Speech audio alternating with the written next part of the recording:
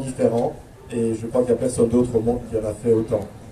J'ai participé à 3 campagnes de simulation martienne également, préparées par la Mars Society dans le Grand Nord canadien, en Arctique, c'était en 2001, et puis 2 fois dans le désert de l'Utah en 2002 et en 2009, et en 2009 j'étais commandant d'équipage, et comme je vous disais avant ça, j'étais à l'université de Kinshasa ici, de 82 à 85. Alors, vous voyez ici quelques photos, on va revenir en arrière, pardon. Je vais vous montrer d'abord sur la vidéo ici que vous voyez, c'est en fait une vidéo qui a été filmée sous l'eau. J'ai eu la chance de suivre l'entraînement des astronautes pour les sorties extravéhiculaires. On fait ça dans l'eau avec une combinaison qui est assez complète, assez encombrante également. Et on est chargé de se déplacer sous l'eau, accroché par un fil de survie.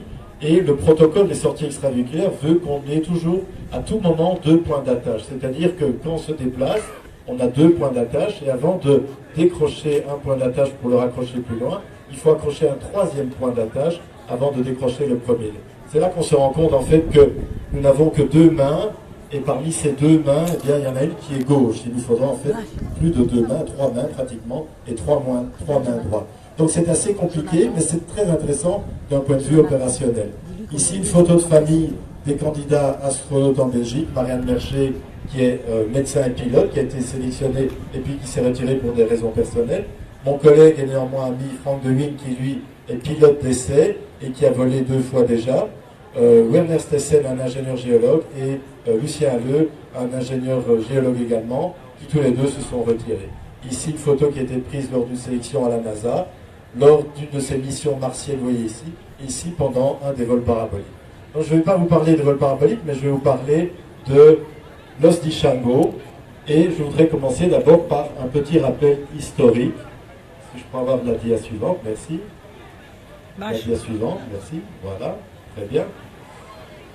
Alors, le rappel historique, eh bien d'abord, il faut voir que, alors on a un petit peu de vent, le professeur Jean de Hazelin est un très grand monsieur. C'est un scientifique de renommée internationale, géologue de formation et archéologue également. Et il a participé à plusieurs campagnes de fouilles dans l'est du Congo. Ça s'appelait donc le Congo à l'époque.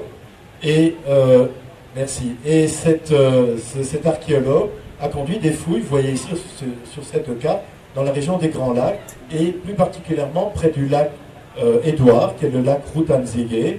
Eh bien, il a découvert, dans un petit village qui s'appelle Ishango, juste à l'embouchure de la rivière Semliki, une série d'artefacts, dont un petit os qui l'a fort intrigué. Et cet os, c'est un os incurvé, fossilisé, donc parfois on parle de bâton plutôt que d'os. On a pu le dater de 22 000 ans. 22 000 ans, ça fait 220 siècles. Ça fait 20 siècles avant Jésus-Christ. 20 000 ans avant Jésus-Christ. 200 siècles avant Jésus-Christ. Et l'intérêt de cet os, c'est qu'il a sur 3 de ses côtés des entailles, des petites encoches, et qui sont groupées par un ensemble, par petit nombre, et on peut retrouver, pour la première fois dans l'histoire de l'humanité, un outil qui permet des opérations mathématiques, des opérations arithmétiques de base, que je vais vous détailler tout de suite, et on peut considérer ainsi que c'est le premier outil scientifique de l'histoire de l'humanité. Et ça, c'est quelque chose de très important à réaliser, c'est que le premier outil mathématique, la première manifestation d'une intelligence mathématique, ici, à une époque qui était encore préhistorique, donc bien avant la découverte ou l'invention de l'écriture, eh bien, elle vient ici d'Afrique centrale, ici pas loin, à la frontière entre le Congo, l'Ouganda et le Rwanda. Dia suivante. Alors, le professeur de Hazelin, au départ, n'était pas intéressé par cet os. Lui, ce qui l'intéressait, c'était ceci, ce sont les pointes d'harpon. Pourquoi? Et ça, c'est très important à comprendre, vous allez voir ça tout de suite. Les pointes de harpon, en fait, le peuple d'Ishango, qui vivait à Ishango, à cette époque-là, il y a 22 000 ans, c'était un peuple de pêcheurs, de cueilleurs, de cultivateurs également, mais principalement qui étaient intéressés par la pêche. C'est-à-dire qu'ils avaient à leur disposition un énorme lac, qui est le lac Édouard, Rutanzige, et ils allaient à la pêche. Et pour ça, ils ont développé une série d'outils, mais surtout, ils ont perfectionné la technique de la fonderie, c'est-à-dire la formation de ces têtes de harpon. qu'il faut comprendre, c'est qu'un harpon, ça permet de pêcher, mais si on veut pêcher régulièrement, il faut bien sûr que ces harpons soient suffisamment solides. Alors on peut utiliser des harpons dont la pointe est en bois, il va très vite s'émousser, ou en tête d'os, il risque de casser. Et donc ça vaut beaucoup mieux d'utiliser un métal, du fer principalement, ou du bronze. Et donc on parle de ces hommes préhistoriques de l'âge du fer, de l'âge du bronze, c'était au Paléolithique supérieur, il y a 22 000 ans de ça. Et ce peuple d'Ishango a perfectionné l'art, la technologie de la fonderie. Comment faire fondre du fer, du bronze, pour former ces têtes de harpon. Et je vais y revenir bien sûr, parce que c'est un modèle important. Et donc, le professeur d'Inzelin était surtout intéressé par ceci. Il a également conduit des fouilles dans d'autres endroits en Afrique. Mais l'important, c'était ceci qu'il voulait ramener. Et par accident, par hasard, à côté de ces têtes de harpon, il a trouvé ce petit bout d'os. Il n'a pas fait attention au début, il a ramené tout ça en Belgique, à la fin des années 50, pour pouvoir conduire ses analyses, et le tout est actuellement conservé au musée d'histoire naturelle de Bruxelles. Dia suivante. Alors cet os, à quoi il ressemble? En fait, c'est un tout petit os. Vous voyez ici, représenté, 3 de ses côtés. C'est un os qui fait à peu près 10 cm de long. Donc 10 cm, c'est tout petit, c'est quelque chose comme ça. Il a une forme incurvée qui permet de bien tenir en main. C'est donc un manche d'un outil. Et ce qu'il faut voir aussi, c'est qu'à l'extrémité, il y a un morceau de quartz, donc quelque chose de très dur, qui est implanté dans cet os. Et donc, l'os devait servir, sa fonction première était sans doute d'écrire, de graver, ou dans le sable, ou sur le bois, ou sur la pierre, ou peut-être même sur la peau, former ainsi des scarifications. Donc cet os était à premier abord un outil d'écriture, mais en regardant de près, le professeur d'Inzelin s'est rendu compte que cet os, il y avait une série d'entailles, et que ces entailles pouvaient être groupées de manière qui reflétait une certaine intelligence. Dia suivante. Donc on a pu le traiter, pardon, un retour, on a pu le dater de 22 000 ans à peu près, c'est 20 000 plus ou moins 2000 ans, et en fait l'histoire de la datation est déjà également assez extraordinaire, puisqu'au départ le professeur de Inzelin avait daté cet outil de 6 000 ans, 8 000 ans à peu près, mais puis il s'est rendu compte en fait que les éjectats des volcans de la région ont augmenté de manière artificielle la teneur en carbone de cet outil. Et donc, on n'a pas pu le dater très exactement. Et ce n'est que bien après, dans les années 80 et 90, qu'une nouvelle campagne de datation de l'os a pu raffiner par cette méthode du carbone 14 et arriver à un âge beaucoup plus ancien de 22 000 ans. Et ça, c'est important aussi, je vais y revenir dessus. Suivant, merci. Alors, si on regarde la description, eh bien, on voit que, si vous voyez ici cette représentation de l'os, on a développé donc les 3 faces, on l'a mis les uns à côté des autres. Vous voyez qu'il y a des parties fort endommagées. Malgré tout, c'est quand même un artefact qui a subi pas mal de modifications. Après 22 000 ans, on imagine un petit peu, 22 000 ans, 222 siècles, 220 siècles. Eh bien, si on reconstruit ça, on voit qu'on a une colonne principale qui est ici au milieu, la colonne du milieu, qui a des groupes d'entailles séparés entre eux, mais également avec des parallélismes légèrement différents. Ici, on a un premier groupe de 3, suivi d'un groupe de 6, une grande distance, ensuite un groupe de 4, un autre groupe de 8 assez rapproché, ensuite un groupe de 10, là il y a un doute parce que la dernière entaille est assez abîmée, ça pourrait être un groupe de 9, mais plus vraisemblablement un groupe de 10, ensuite 2 groupes de 5 et un groupe de 7. Alors directement, on voit directement la méthode de doublement, de multiplication par 2, 3 fois 2, 6, 4 fois 2, 8, 10, qui est représenté ici, pourrait être vu également comme étant la somme de 5 plus 5. Donc ça, Jean de Lezenin l'avait vu assez rapidement. Et puis sur les 2 autres colonnes, à gauche et à droite, donc D pour droite, G pour gauche, eh bien d'un côté, il a les nombres 11, 21, 19, 9. De Lezenin a très bien compris également que ça représentait les nombres 10 plus ou moins 1 et 20 plus ou moins 1. Et sur l'autre colonne de gauche, cette fois-ci, il a vu 11 traits, 13, 17 et 19 traits. Et là, le professeur d'Inzelin a émis l'hypothèse que le peuple d'Ishango connaissait déjà le principe des nombres premiers, puisque ces 4 nombres-là, sont les seuls nombres premiers entre 10 et 20. Je vous rappelle, un nombre premier, c'est un nombre qui n'est divisible que par lui-même et par 1. Par exemple, 2 n'est divisible que par lui-même et par 1. 3 est un nombre premier, 5, 7, 9 n'est pas premier parce qu'il est divisible par 3, 11, 13, etc. etc. Voilà. Cliquez s'il vous plaît. Voilà. Ce qui est intéressant aussi, c'est que la somme des colonnes, différentes colonnes, si vous voyez ici 11, 21 et 19 plus 9, ça nous donne un total de 60. La somme des colonnes de la colonne de gauche, ça nous donne 60, alors que la somme des entailles de la colonne du milieu nous donne 48. Et le point commun entre ces trois chiffres, ces trois nombres, 60, 60 et 48, c'est qu'ils sont tous les trois multiples de 12. Et ça devient intéressant. Dia suivant.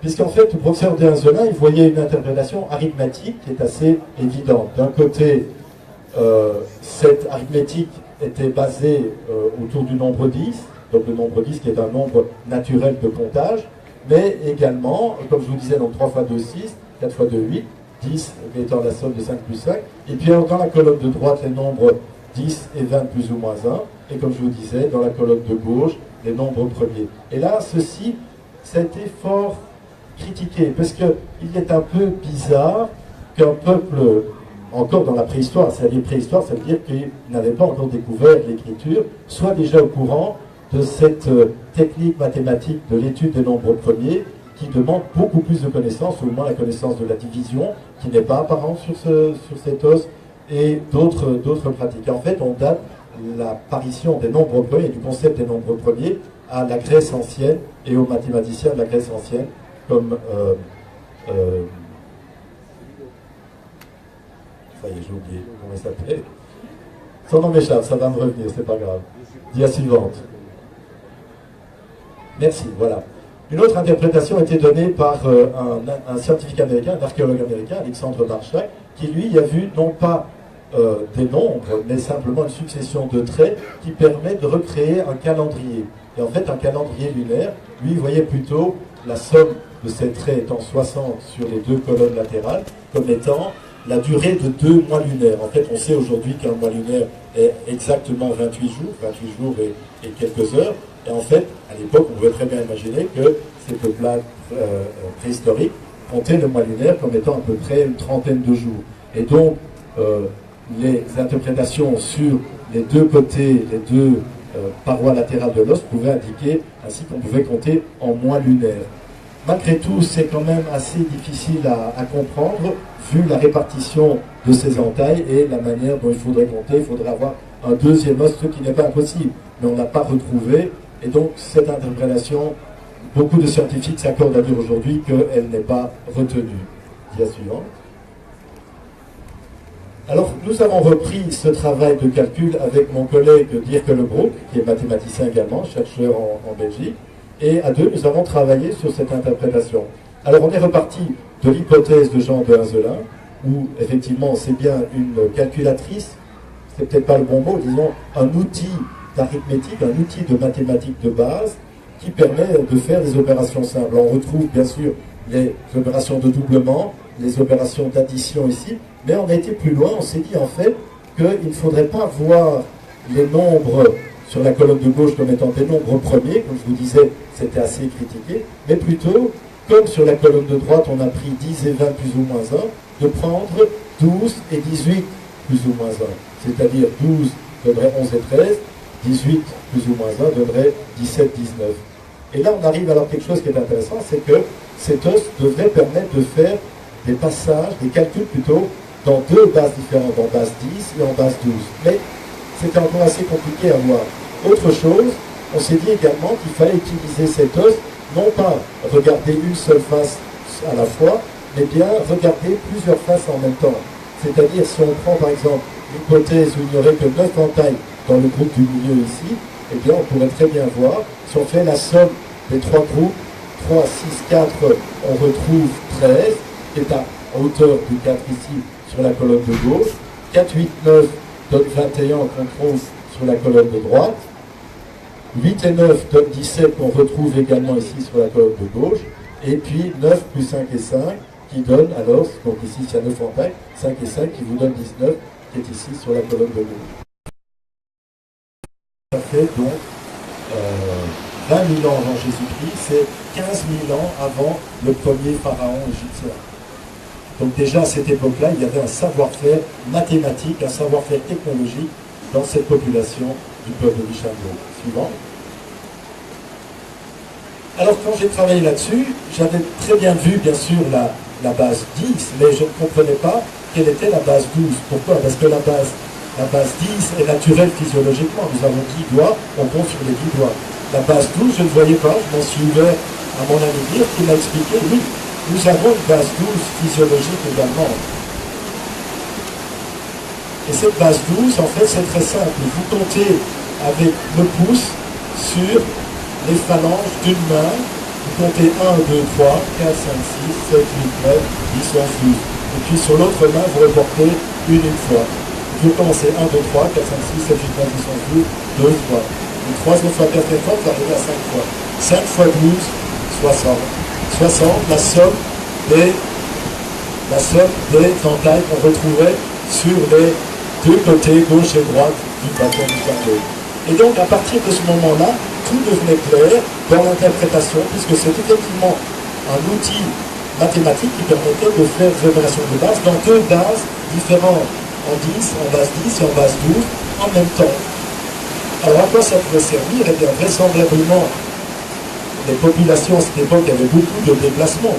Il y avait beaucoup de peuples nomades également, et donc ça permettait sans doute de pouvoir faire une opération assez rapidement au marché, quand vous voulez vendre des poissons ou échanger contre quelque chose, eh bien vous comptiez rapidement avec ce bâton. La dia suivante, si on continue, malgré les intempéries. Alors je vous ai dit que c'est important également de tenir compte des têtes de harpon. Alors voici pourquoi. En fait, ce savoir de la civilisation d'Ishango a certainement essaimé à travers l'Afrique à l'époque.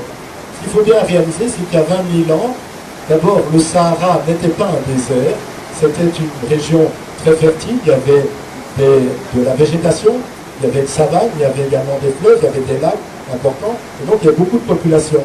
Et Jean de Hazelin, avec ses collègues archéologues, ont étudié les têtes de harpon qu'ils pouvaient retrouver dans d'autres endroits. Ainsi, on en a retrouvé en Afrique de l'Ouest, on en a retrouvé le long de la vallée du Nil, on a retrouvé également dans le sud de l'Afrique.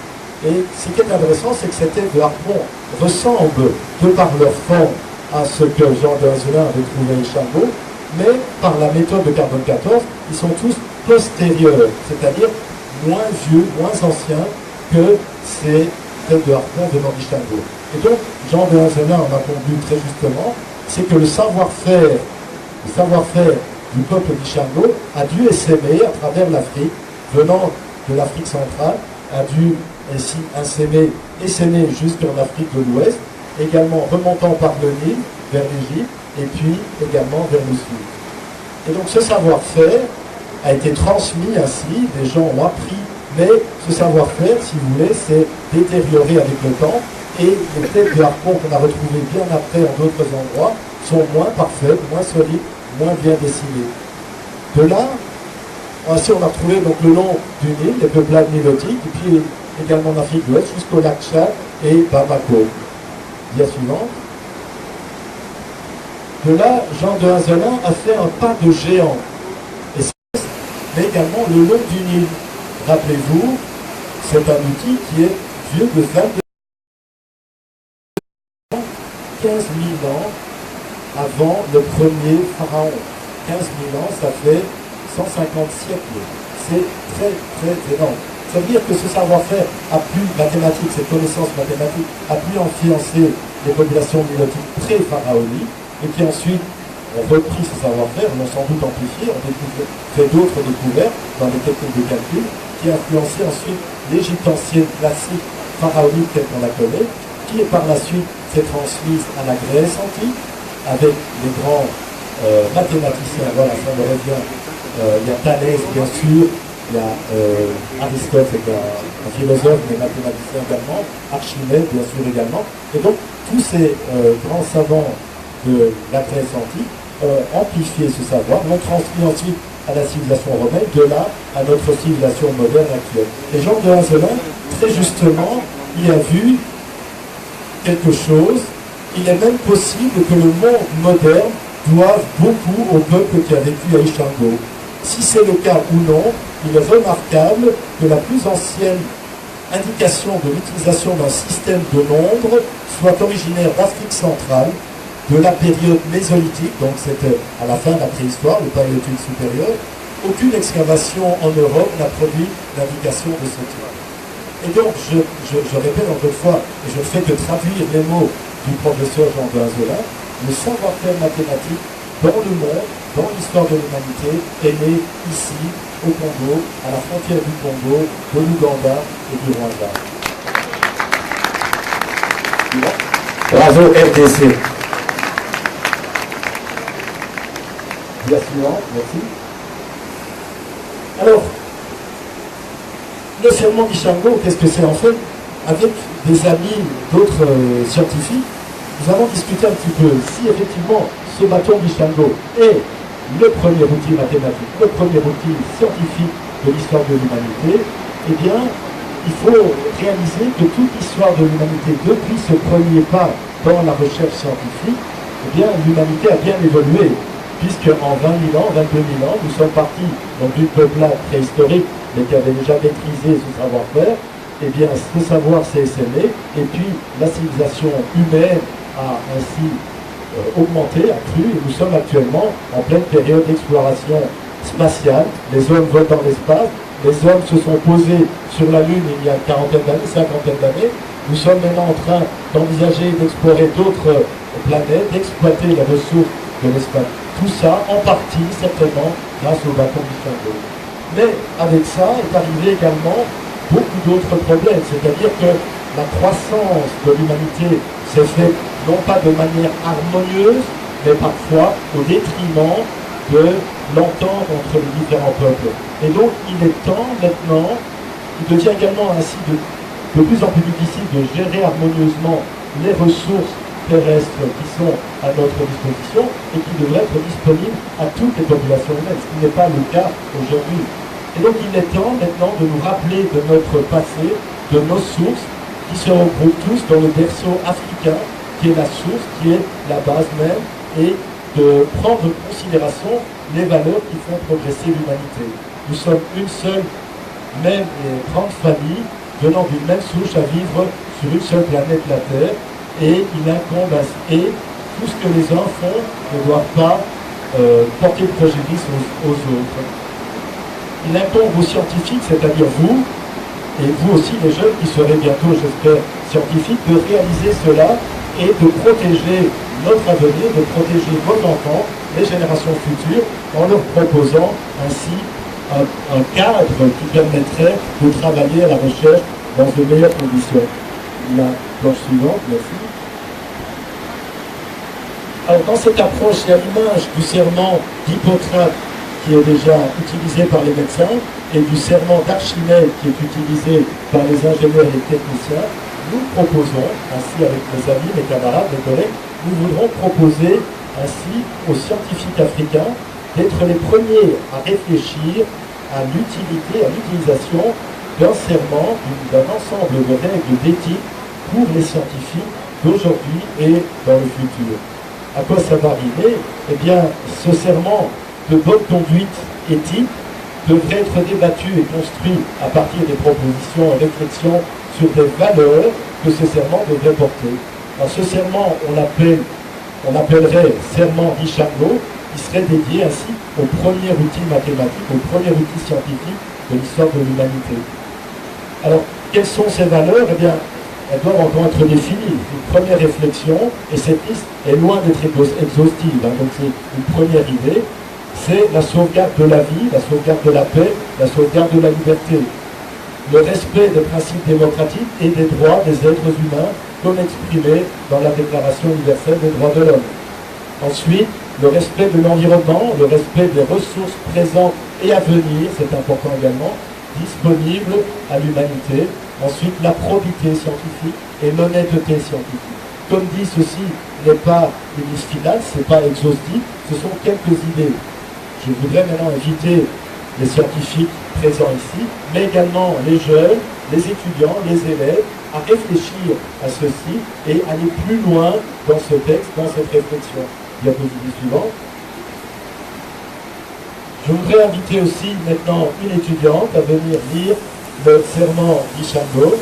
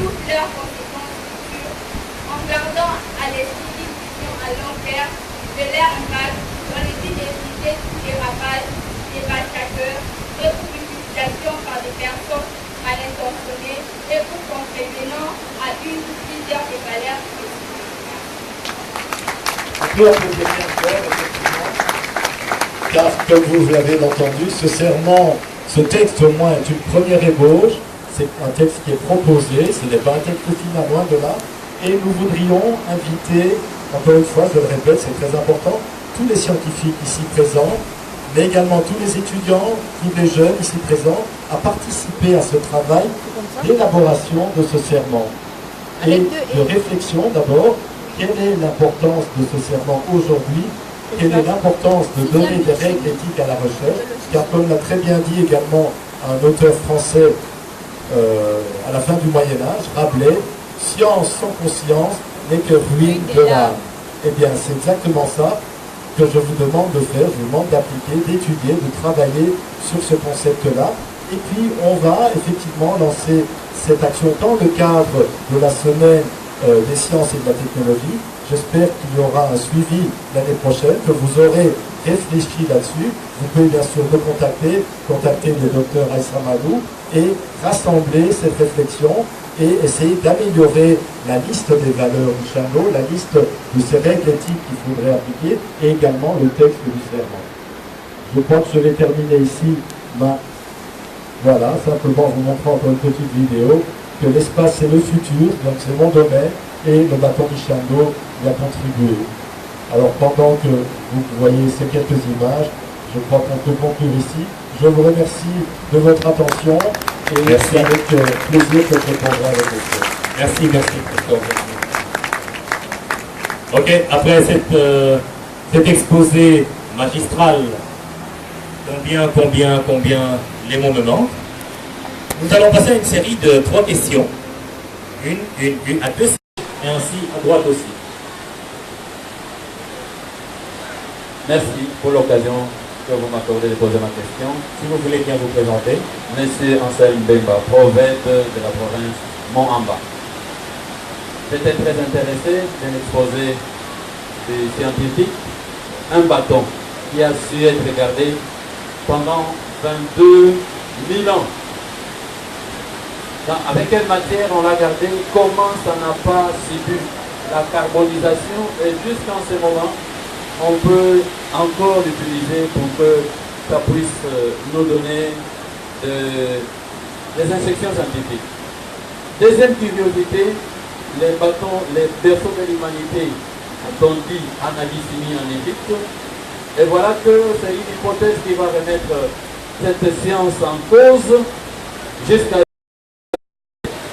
Ishango, où on a trouvé, il y a 22 000 ans, un instrument qui date depuis plus de temps que l'époque pharaonique.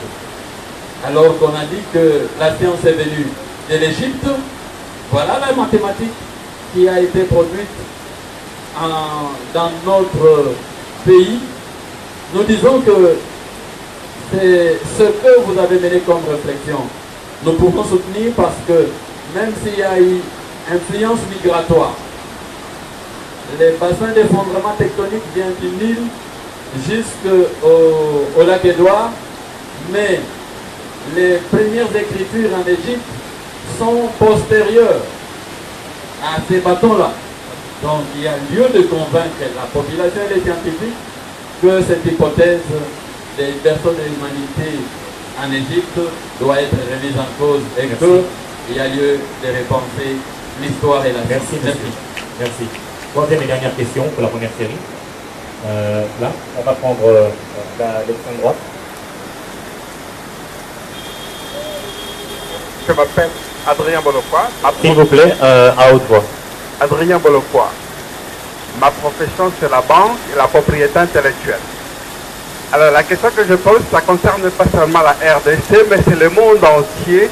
C'est que je cherche à comprendre comment un peuple collectivement peut perdre une telle valeur. C'est-à-dire que ça n'a pas été conservé, gardé, mathématique, répandre à toute la population, mais c'est perdu et c'est parti.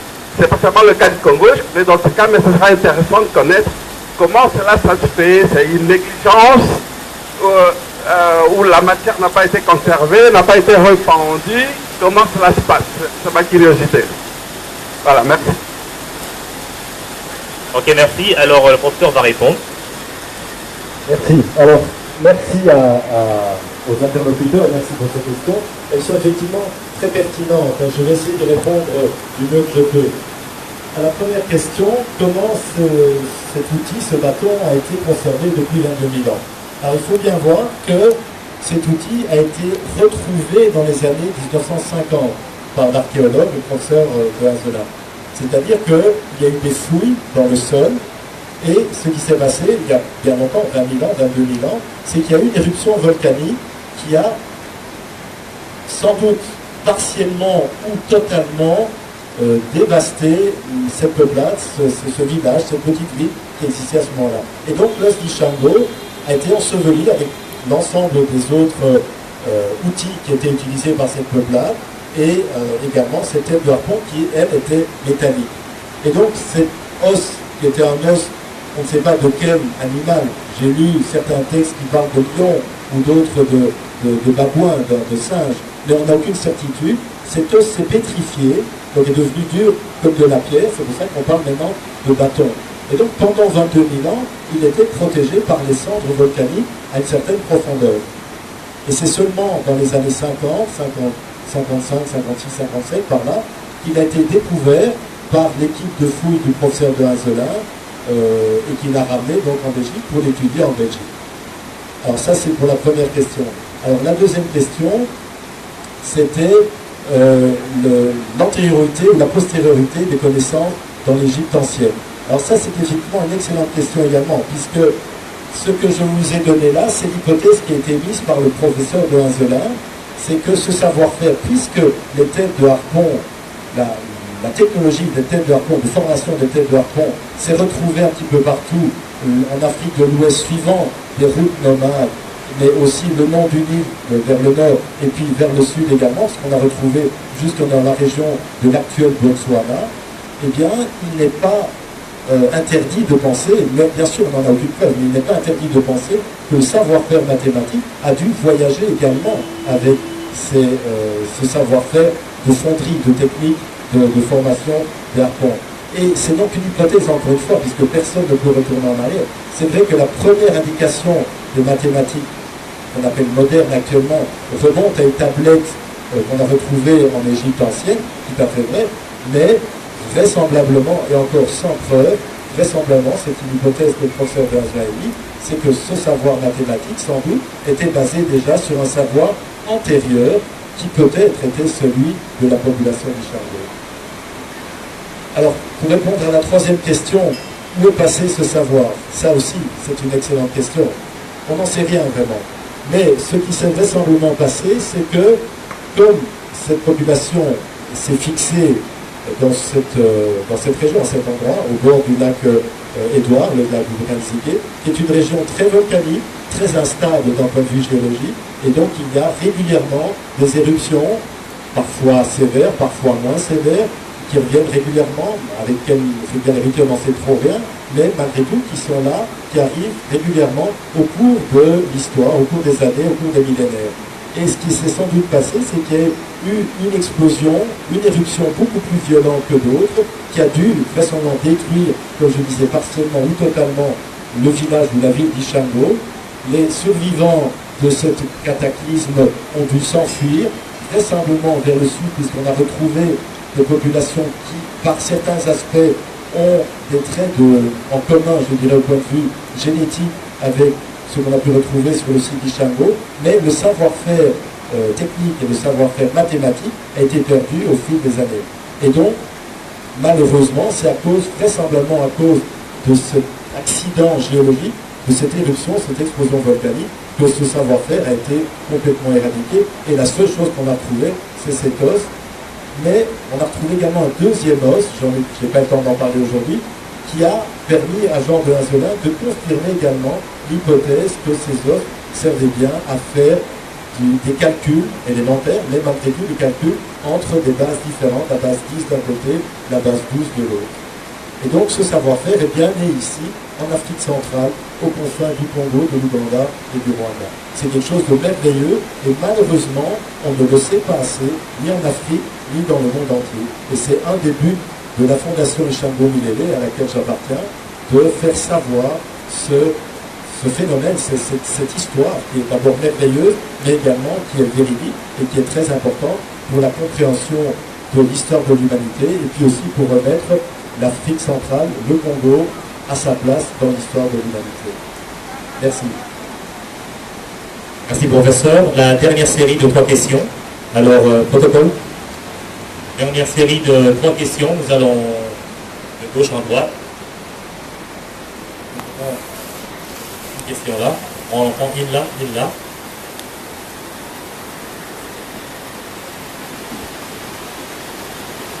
Merci professeur, docteur Boudouli. À vous entendre parler, vous m'avez rappelé le professeur Cheikh Anta Diop. Connaissez-vous le professeur Cheikh Anta Diop? Vous n'avez jamais entendu parler de lui. Mais il a mené des études similaires. Je pense que vous aurez le temps. Il est sénégalais. Essayez un peu de chercher à le découvrir. Merci. Une deuxième question au milieu.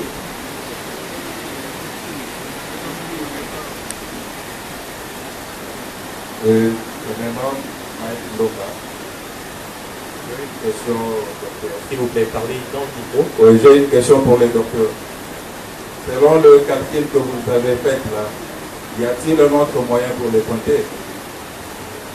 J'aimerais juste savoir. Merci. Faisons la troisième question de l'autre côté.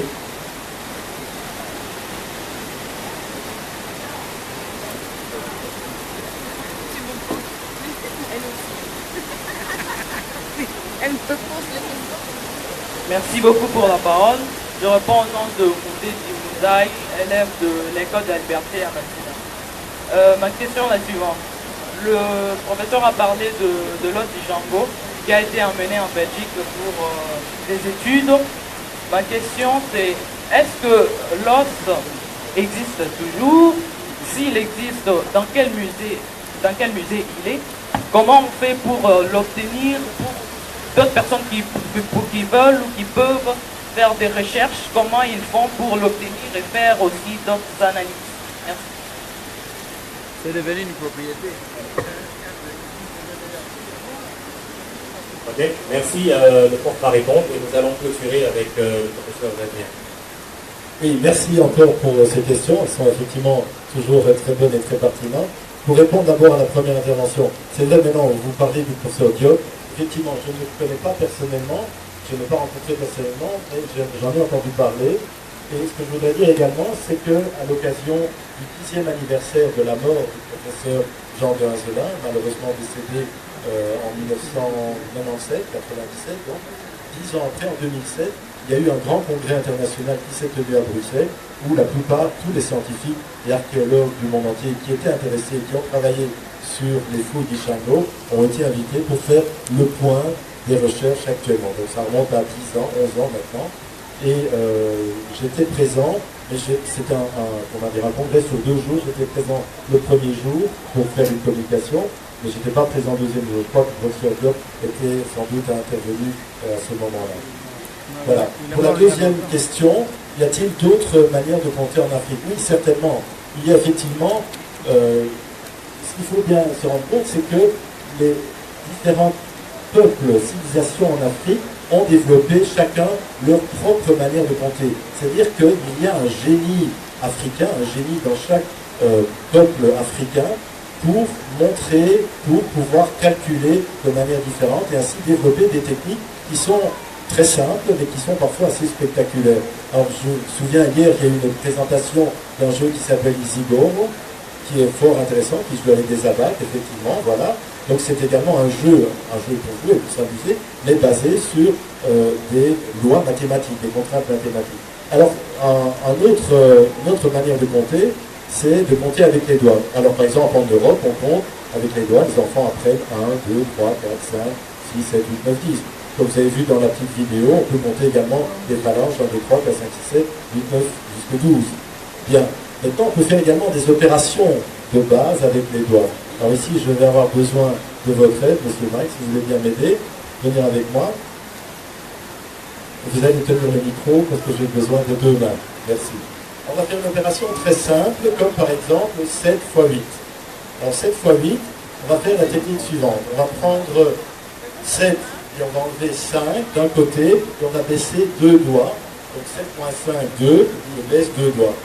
De l'autre côté, 7 x 8, donc de l'autre côté 8, on va faire 8 moins 5, 3, je vais baisser 3 doigts. Donc j'ai 2 doigts baissés, 3 doigts baissés. Je mélange, je mets les tout ensemble, et je compte les doigts qui sont pliés. J'en compte 1, 2, et de l'autre côté, 3, donc 3, 4, 5, 5 au total. 5 x 10, 50. Ensuite, les doigts qui ne sont pas pliés, j'ai 3 d'un côté, 2 de l'autre. Je fais 3 x 2, 6, 50 plus 6, 56, 7 x 8, 56. Bravo, bravo, bravo, bravo. On va faire encore un autre. On va faire un autre. On va faire plus compliqué. 6 x 8. 6 x 8. Bon, on fait 6 moins 5. Ça fait 1. J'enlève un doigt. Enfin, je plie un doigt. Et de l'autre côté, 8 moins 5, 3. Je baisse 3 doigts. Je mélange. Je mets ensemble. Je compte les doigts pliés. 1, 2, 3, 4. 4 x 10, 40. Et de l'autre côté, j'ai 4 et 2. 4 x 2, 8. 40 plus 8, 48. 6 x 8, 48. Technique très simple, merci. Technique très simple, mais qui est encore une fois une technique africaine qui est ici utilisée par les jeunes dans certaines parties d'Afrique pour apprendre à compter avec les doigts. Donc il y a différentes manières de compter. Ce qui est intéressant aussi, c'est qu'il y a différents types de numérotation. Ainsi, il y a beaucoup de peuplades en Afrique qui existent encore aujourd'hui, qui utilisent des manières de compter, au lieu de dire comme nous disons, basé sur 10, 1, 2, 3, 4, 5, 6, 10, et puis 11, 12, 13, etc., eh bien, qui eux vont compter jusque 12, et puis après vont compter 12 plus 1, 12 plus 2, 12 plus 3, etc. Et donc compte par douzaine. Comme nous en français, on compte également encore par douzaine, qui retourne sans doute à une ancienne utilisation de la base 12, quand on parle d'une douzaine d'heures ou 12 heures à l'horloge, etc. Également, dans la langue française, on peut mélanger des bases 10 et des bases 20. On parle de 60, 6 fois 10 par exemple, et on parlera de 80. Pour dire 99, on dira 99 en français de France. En Belgique, on dira 99, en Suisse également, au Canada également. En France, on parlera de 99.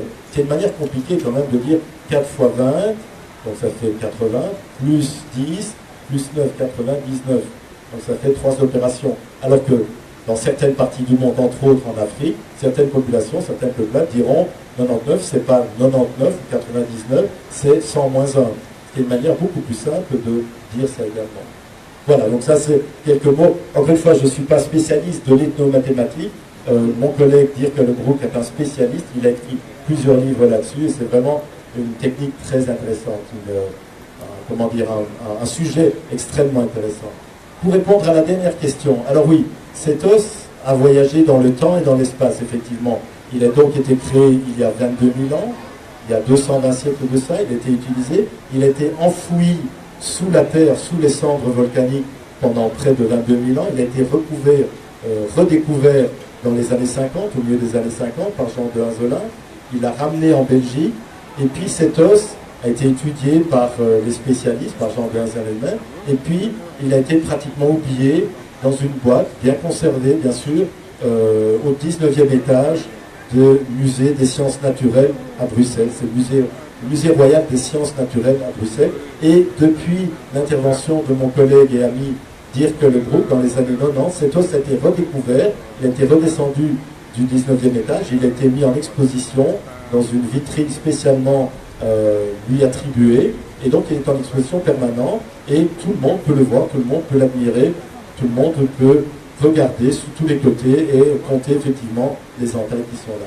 Alors il existe des représentations assez fidèles de cet os, il y en a plusieurs ainsi, qui peuvent être circulées et envoyées dans d'autres pays. L'os lui-même, de par son âge, vous comprenez qu'il est relativement fragile, surtout également que il fait partie du patrimoine mondial de l'humanité. C'est le premier outil mathématique de l'humanité. Et donc, pour qu'une équipe de scientifiques puisse venir travailler dessus et faire des recherches dessus, bien sûr, c'est possible, mais il faut introduire une demande spéciale de travail scientifique, de travail archéologique, et en fonction des besoins, eh bien, cette demande pourrait être acceptée. Donc voilà, cet os est accessible, il est visible, on peut le voir, on peut le visiter. Si vous allez à Bruxelles, si vous avez la chance d'aller à Bruxelles, allez le voir parce que c'est formidable. Pourtant, il est tout petit, il fait à peine 10 cm comme ça. Je l'ai vu, j'ai pu le toucher, l'original, mais une réplique, c'est vraiment extraordinaire de penser que des esprits humains, des hommes, ainsi ont pu créer ce savoir et le marquer, l'inscrire, en l'absence d'écriture, et donc de ne pas pouvoir écrire, simplement de compter des entailles, et déjà d'avoir ce savoir-faire mathématique. C'est quelque chose d'extraordinaire, de formidable. Merci pour votre attention, et bonne chance, bonne continuation à tous. Nous acclamons très